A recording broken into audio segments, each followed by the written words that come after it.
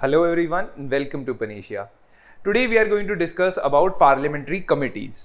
हमें ये पता है कि एक डेमोक्रेसी के अंदर पार्लियामेंट यानी कि संसद एक बहुत बड़ा रोल प्ले करता है और भारत के अंदर जो पार्लियामेंट है, संसद है, उसमें दो हाउसेज हैं, लोकसभा और राज्यसभा। लेकिन इस संसद में बहुत सारे मेंबर होते हैं, 545 लोकसभा में, 250 के करीब राज्यसभा में। तो ये सब लोग एक साथ मिलके काम तो करना मुश्किल हो जाता है, इसीलिए पार्लियामेंट में कमेटी सिस्टम रहता है और ब्रिटिश पार्लियामेंट्री सिस्टम की तरह ही हमने भी कमेटी सिस्टम को अडॉप्ट किया है। हमारे कॉन्स्टिट्यूशन के अंदर कमिटीज मेंशन तो की गई हैं बट उनकी स्पेसिफिकेशन या स्पेसिफिकली उनके नाम नहीं दिए गए हैं। एनीवेज, हमारे पार्लियामेंट्री प्रोसीजर में जो कमिटीज हैं वो काम करती हैं रूल्स ऑफ प्रोसीजर के हिसाब से। तो दोनों हाउसेज यानी कि लोकसभा और राज्यसभा, इनके रूल्स ऑफ प्रोसीजर जो होते हैं उसके हिसाब से ये कमिटीज काम करती हैं। तो हम देखते हैं आज कि ये पार्लियामेंट्री कमिटीज काम कैसे करती हैं, इनके कौन कौन सी टाइप होते हैं, और 3 फाइनेंशियल कमिटीज को हम ध्यान से पढ़ेंगे। That is public accounts committee, committee on public sector undertakings and estimate committee. तो हर लेवल के एग्जाम्स में आपके लिए ये बहुत इंपॉर्टेंट इंफॉर्मेशन। किसी भी पार्लियामेंट्री कमेटी के जनरल फीचर क्या होते हैं, अगर हमने आइडेंटिफाई करना है ना किसी को, कि जैसे हमें आइडेंटिफाई करना होता है किसी ऑर्गेनिज्म को, तो हम उसके फिजिकल केमिकल कैरेक्टरिस्टिक्स देखते हैं, वैसे ही हम पार्लियामेंट्री कमेटी के कैरेक्टरिस्टिक देखते हैं। सबसे पहला तो जो पार्लियामेंट्री कमेटी होनी चाहिए उसके अपॉइंटमेंट या इलेक्शन मतलब कि वोटिंग, अपॉइंटमेंट यानी कि कोई नियुक्त कर दे। अगर वो स्पीकर या चेयरमैन के द्वारा हो या पार्लियामेंट के किसी हाउस के द्वारा हो तो ऑफ कोर्स वो पार्लियामेंट्री कमेटी कहलाएगी। सेकेंडली, अगर वो स्पीकर या चेयरमैन के निर्देश के अनुसार या डायरेक्शंस पे चले तो वो पार्लियामेंट्री कमेटी कहलाएगी। तीसरा, अगर वो अपनी रिपोर्ट, वो कमेटी अपनी रिपोर्ट पार्लियामेंट को दे या चेयरमैन या स्पीकर, लोकसभा का स्पीकर होता है, राज्यसभा का चेयरमैन होता है, तो इनको प्रेजेंट करे तो पार्लियामेंट्री कमेटी होगी। और आखिरी, अगर उनको सेक्रेटेरिएट प्रोवाइड किया जाए लोकसभा या राज्यसभा के द्वारा। पार्लियामेंट्री कमिटीज की मीटिंग्स रोज रोज नहीं होती हैं और उनको रिसर्च वर्क भी करना पड़ता है, चीजों को, लॉज को, बिल्स को स्टडी करना पड़ता है, अकाउंट्स को स्टडी करना पड़ता है। उसके लिए एक सेक्रेटेरिएट की जरूरत पड़ती है जो डेली का काम इस क्षेत्र में करे, और इसके लिए सेक्रेटेरिएट प्रोवाइड कर दिया जाता है। So finally what we see is these are the general features of parliamentary committees. आगे बढ़ते हैं। पार्लियामेंट्री कमिटीज के 2 ब्रॉड क्लासिफिकेशंस हैं, एक है स्टैंडिंग कमिटीज और दूसरा है ad hoc committees. Standing committees का मतलब हुआ कि परमानेंट कमिटीज हैं, रूल्स ऑफ प्रोसीजर के अंदर इनका मेंशन किया गया है और परमानेंटली ये बनी हुई हैं। ये डिसॉल्व नहीं होती हैं हर साल, ना ही इनका कोई एक पर्पस 6 महीने में होता है और वो खत्म हो जाए, ऐसा कुछ नहीं है। They are there to stay, तभी स्टैंडिंग। एड हॉक कमिटीज का मतलब होता है जो किसी स्पेशल पर्टिकुलर पर्पस के लिए बनाई जाती है। फॉर एग्जाम्पल, अगर किसी कानून को लागू करना है या लोकसभा और राज्यसभा में पास करना है, उसको और डिटेल में स्टडी करने के लिए सिलेक्ट कमिटीज बनाई जाती हैं, और जब वो उस लॉ या उस कानून के ऊपर रिपोर्ट बना लेती हैं या उस एक्टिविटी के बाद उनको डिसॉल्व कर दिया जाता है। तो उनका सिर्फ इतना पर्पस है कि वो एक पर्टिकुलर पर्पस के लिए बनाई जाए। फॉर एग्जाम्पल, 1980s में जब बोफोर्स स्कैम हुआ था, बोफोर्स गन को लेके एक स्कैम हुआ था, उसको इन्वेस्टिगेट करने के लिए एक पार्लियामेंट्री कमेटी बनी थी। तो जब उस पार्लियामेंट्री कमेटी ने अपनी रिपोर्ट दे दी, उसके बाद वो डिसॉल्व हो गई, तो मतलब वो एक एड हॉक यानी टेम्पररी कमेटी थी। तो स्टैंडिंग या एड हॉक कमिटीज हो सकती हैं, और स्टैंडिंग कमिटीज में भी कई तरीके की कमिटीज होती हैं। हमारा आज का फोकस रहेगा फाइनेंशियल कमिटीज पे, और बाकी कमिटीज के बारे में हम नेक्स्ट पार्ट में डिस्कस करेंगे। मेन 3 फाइनेंशियल कमिटीज होती हैं, that are the standing committees. इनको कहेंगे पब्लिक अकाउंट्स कमेटी या पीएसी, एस्टिमेट्स कमेटी या ईसी, एंड सीपीयू यानी कमेटी ऑन पब्लिक अंडरटेकिंग्स। इनके बारे में हम आज डिटेल में भी पढ़ेंगे, तो बने रहिए। Secondly, there are 24 departmentally related standing committees. Departmentally related standing committees का मतलब है अलग अलग पोर्टफोलियो, अलग अलग मिनिस्ट्री के डिपार्टमेंट से रिलेटेड कमिटीज होती हैं। तो डिफेंस के लिए अलग होगी, लॉ के लिए अलग होगी, हेल्थ के लिए अलग मिनिस्ट्री, साइंस एंड टेक्नोलॉजी के अलग मिनिस्ट्री। तो जैसे अलग अलग मिनिस्ट्रीज होती हैं, वैसे ही पार्लियामेंट से अलग अलग कमिटीज भी बनती है। इनके बारे में हम नेक्स्ट पार्ट में जरूर पढ़ेंगे। कमिटीज टू इंक्वायर, ये सारी स्टैंडिंग कमिटीज के अंदर आती है, ध्यान रखना है हमने। तो committee on petition, committee of privileges, ethics committee, इनके बारे में as I told you detail में हम आपको next part of the video में जरूर समझाएंगे. Then there are some committees that are there for controlling and scrutinising, यानी कि गवर्नमेंट पे चेक रखने के लिए पर्टिकुलरली वो कमिटीज बनी जाती हैं. एग्जाम्पल के तौर पे गवर्नमेंट अश्योरेंसेस, गवर्नमेंट ने अगर टेबल ऑफ द हाउस पे अश्योरेंस दिया है, मान लो कोई अश्योरेंस दिया है मिनिस्टर ने कि हाँ 2022 सितंबर तक हम सेंसस या जनगणना शुरू कर देंगे, और उसको आपने उस क्लेम को चेक करना है कि क्या सच में शुरू हो गई या नहीं, तो वो गवर्नमेंट अश्योरेंसेस को चेक करने के लिए एक कमेटी बनती है. ऐसे ही कई सारी कमिटीज होती हैं. As I told you these will be discussed in part 2. Day to day business को लेके कुछ कमिटीज होती हैं, जैसे business advisory committee, private members bill resolution, ये सारी. And then there are housekeeping committees, मतलब छोटी मोटी चीजों को ध्यान में रखना है कि हाउस कमेटी, हाउस की मेंटेनेंस कैसे हो रही है proper day to day maintenance में, या लाइब्रेरी कमेटी की लाइब्रेरी की मेंटेनेंस कैसे हो रही है. तो हर एक चीज के लिए आपने एक स्टैंडिंग कमेटी बना ली है. खैर, हमारा आज का फोकस रहेगा, जैसा मैंने आपको पहले बताया, 3 फाइनेंशियल कमिटीज पे. सबसे पहली फाइनेंशियल कमेटी है public accounts committee, PAC. Public accounts committee के बारे में हमें कुछ चीजें याद रखनी होती हैं, जाननी होती है, जो एग्जाम में बहुत पूछी जाती है. सबसे पहले तो ये सबसे पुरानी या ओल्डेस्ट पार्लियामेंट्री कमेटी है. रीजन कि 1919 में जब गवर्नमेंट ऑफ इंडिया एक्ट आया था, जिसको मॉन्टेगू-चेम्सफोर्ड रिफॉर्म्स भी बोला जाता है, यानी कि ब्रिटिश रूल के टाइम पे जब मॉन्टेगू-चेम्सफोर्ड रिफॉर्म्स आए थे, उससे इस कमेटी को इंट्रोड्यूस किया गया था और 1921 में पहली बार इसका गठन किया गया था. जनरली उस वक्त इसके अंदर जो चेयरमैन होते थे वो वाइसरॉय की जो एग्जीक्यूटिव काउंसिल होती थी उसके फाइनेंस मेंबर रहते थे, लेकिन अब वो हालात बदल गए हैं. खैर, 22 मेंबर्स की एक कमेटी होती है. इस कमेटी में लोकसभा और राज्यसभा दोनों की मेंबरशिप है, लेकिन लोकसभा की मेंबरशिप ज्यादा है क्योंकि उसके मेंबर ज्यादा है. तो 15 मेंबर लोकसभा से और 7 मेंबर राज्यसभा से. 15 + 7 22, वेरी इजी टू रिमेंबर. इनके मेंबर्स का इलेक्शन होता है, यानी कि हर दोनों हाउसेज में से मेंबर्स इलेक्ट किए जाते हैं, और मेंबर्स को इलेक्ट करने का तरीका होता है प्रोपोर्शनल रिप्रेजेंटेशन. प्रोपोर्शनल रिप्रेजेंटेशन का क्या मतलब होता है, मैं एक बारी समझा देता हूं. मान लीजिए 100 मेंबर हैं लोकसभा में, एग्जाम्पल के तौर पे. पार्टी नंबर ए से 50 मेंबर है, पार्टी नंबर बी से 30 मेंबर है, पार्टी नंबर सी से 20 मेंबर है. ठीक है. अब 50 means 50% members in Lok Sabha are from party A. तो इसका मतलब ये जो कमिटी है ना 15 की, उसमें से भी कम से कम 50% मेंबर जो होंगे वो पार्टी ए से होंगे. ठीक है. फिर पार्टी बी की 30 मेंबर हैं, तो 30% ऑफ 15 कितना हो गया 4.5. तो लगभग 5 मेंबर जो होंगे वो पार्टी बी से होंगे.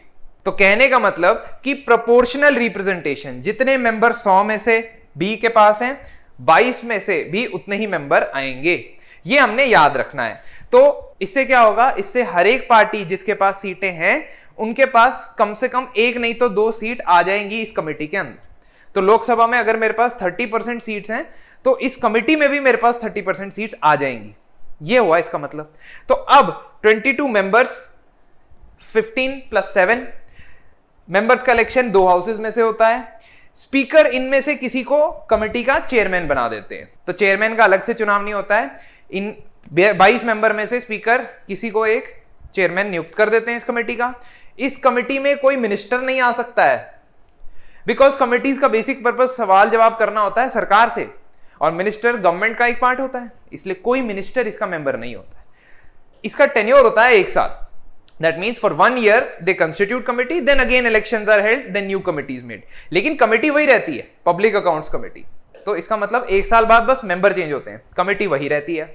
इसका काम क्या है? इसका सबसे बड़ा काम यह है कि गवर्नमेंट ऑफ इंडिया के अप्रोप्रिएशन अकाउंट्स को चेक करना. अप्रोप्रिएशन अकाउंट्स का मतलब यह होता है कि गवर्नमेंट अपनी खजाने में से, यानी कंसोलिडेटेड फंड ऑफ इंडिया में से जितना खर्चा कर रही है उसकी ऑडिट रिपोर्ट बनाई जाती है. उसकी ऑडिट रिपोर्ट बनाता है CAG, controller and auditor general. CAG एक संवैधानिक पोजीशन है, कॉन्स्टिट्यूशनल पोजीशन है, और ये ऑडिट रिपोर्ट बनाता है इन अकाउंट्स की. इन ऑडिट रिपोर्ट्स को स्टडी करती है पब्लिक अकाउंट्स कमेटी. सिंपल. तो इनकम एंड अकाउंट स्टेटमेंट्स किसी भी तरीके की हो सकती है. एक तो गवर्नमेंट ऑफ इंडिया की, फिर स्टेट यानी गवर्नमेंट की जो कॉर्पोरेशंस है उनकी चेक करना, फिर सेमी ऑटोनॉमस बॉडीज या ऑटोनॉमस बॉडीज चेक करना, कई अलग डिपार्टमेंट्स के कितने खर्चे, कितने इनकम, कितने एक्सपेंडिचर, मतलब बही खाता इन्होंने चेक करना है। और इस बही खाते को चेक करने के लिए सीएजी इनकी मदद करता है। तो सीएजी इस कमेटी का फ्रेंड, फिलोसोफर और गाइड माना जाता है। आप मुझे कमेंट्स में जरूर बताएं कि प्रेजेंटली मौजूदा भारत के कंट्रोलर एंड ऑडिटर जनरल कौन है, कमेंट सेक्शन में हमें बताएं। Ascertain the money granted by parliament has been spent within the scope of the demand। तो हर साल बजट में आप कुछ चीजें मांगते हैं पार्लियामेंट से कि इस मिनिस्ट्री को इतने पैसे, इस मिनिस्ट्री को इतने पैसे देने हैं। अब वो उस डिमांड के हिसाब से खर्चा हुआ नहीं हुआ, इसके ऊपर चेक रखना है।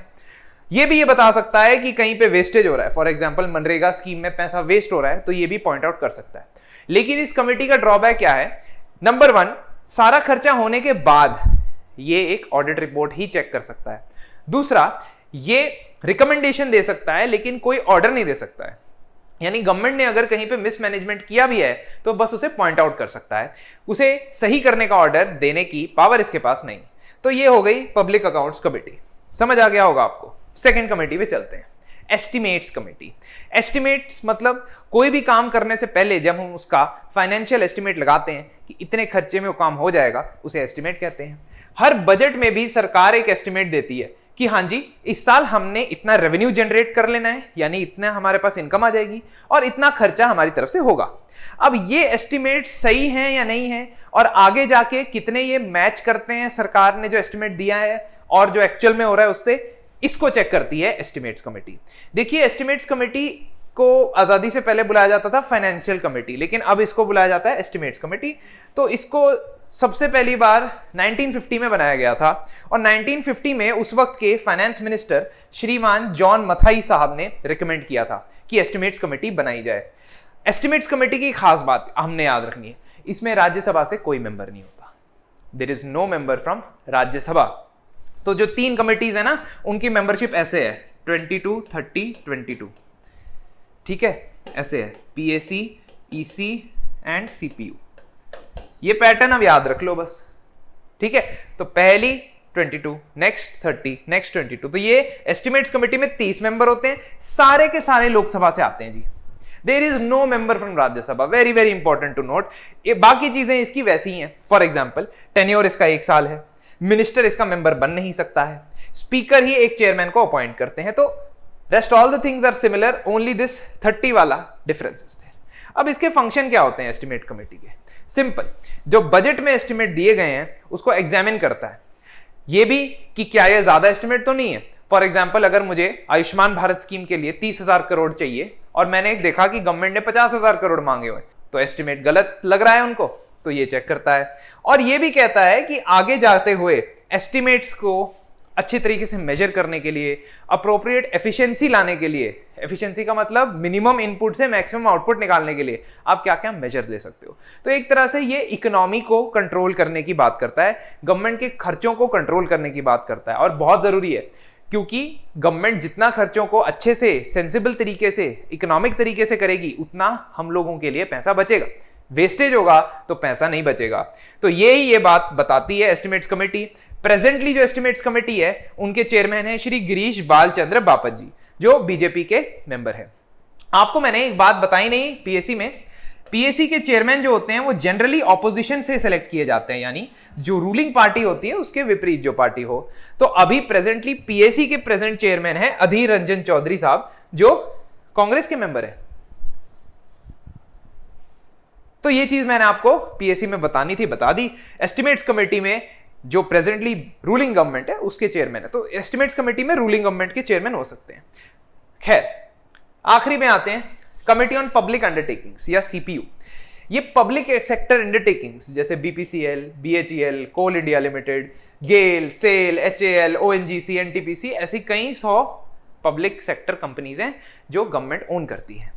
अब इन पब्लिक सेक्टर कंपनीज के ऊपर थोड़ी कड़ी नजर रखने के लिए बनाई गई है कमेटी ऑन पब्लिक अंडरटेकिंग्स। ये सबसे नई कमिटीज हैं इन सब में से। क्यों? क्योंकि इसको 1964 में क्रिएट किया गया था। कमेटी ऑफ, जिसने बताया था कि इसको बनाना चाहिए, उस कमेटी का नाम भी याद रखना, जैसे वहां जॉन मथाई ने बताया था, यहां पे कृष्णा मेनन साहब ने बताया। और सबसे पहली committee Montagu Chelmsford reform, very important to remember. जैसा मैंने मेंबरशिप के बारे में आपको पहले ही बताया, इसमें 22 मेंबर होते हैं, 15 मेंबर लोकसभा से और 7 मेंबर राज्यसभा से।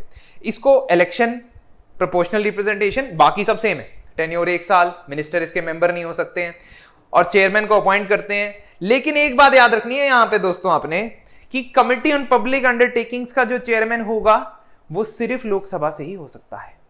चाहे इसमें 15 + 7 यानी कि 22 मेंबर होते हैं, लोकसभा से 15, राज्यसभा से 7, लेकिन इसका चेयरमैन सिर्फ और सिर्फ लोकसभा से हो सकता है। ये टेक्निकल डिटेल्स आपसे सवाल में पूछी जा सकती हैं, वहां पे आपको कंफ्यूज कर सकती हैं, तो आप प्लीज कंफ्यूज मत होइएगा क्योंकि मैंने आपको बता दिया पहले ही, ठीक है? तो बचा रहा हूं मैं आपको, I am saving you guys. Anyways, अब आखिर में इसके फंक्शंस होते क्या हैं? नाम से ही पता लग रहा है कि पब्लिक सेक्टर अंडरटेकिंग्स के रिपोर्ट्स, क्योंकि एनुअल रिपोर्ट्स उनको बनानी पड़ती हैं, सरकार को देनी होती हैं, और अकाउंट्स, ये दोनों चीजें ये एग्जामिन करता है। सीएजी ने जो इन पब्लिक सेक्टर अंडरटेकिंग्स का ऑडिट किया होता है, कंट्रोलर एंड ऑडिटर जनरल ने, उसकी रिपोर्ट्स भी स्टडी करता है और ये देखता है कि पीएसयू कितना एफिशिएंटली काम कर रही है, इसमें किस तरीके के इकोनॉमिक या फाइनेंशियल रिफॉर्म्स लाने की आवश्यकता है, तो ये सारी चीजें ये आपको बता देता है। तो ये इस committee on public sector undertakings का रोल है। तो आपको ये तीनों कमिटीज बहुत अच्छे से पता होनी चाहिए क्योंकि एग्जाम के लिए बहुत इंपॉर्टेंट है। बाकी कमिटीज हम नेक्स्ट पार्ट में इसको डिस्कस करेंगे। I hope you like this video. Please हमारा चैनल सब्सक्राइब करें और बेल आइकन जरूर प्रेस करें। Thank you.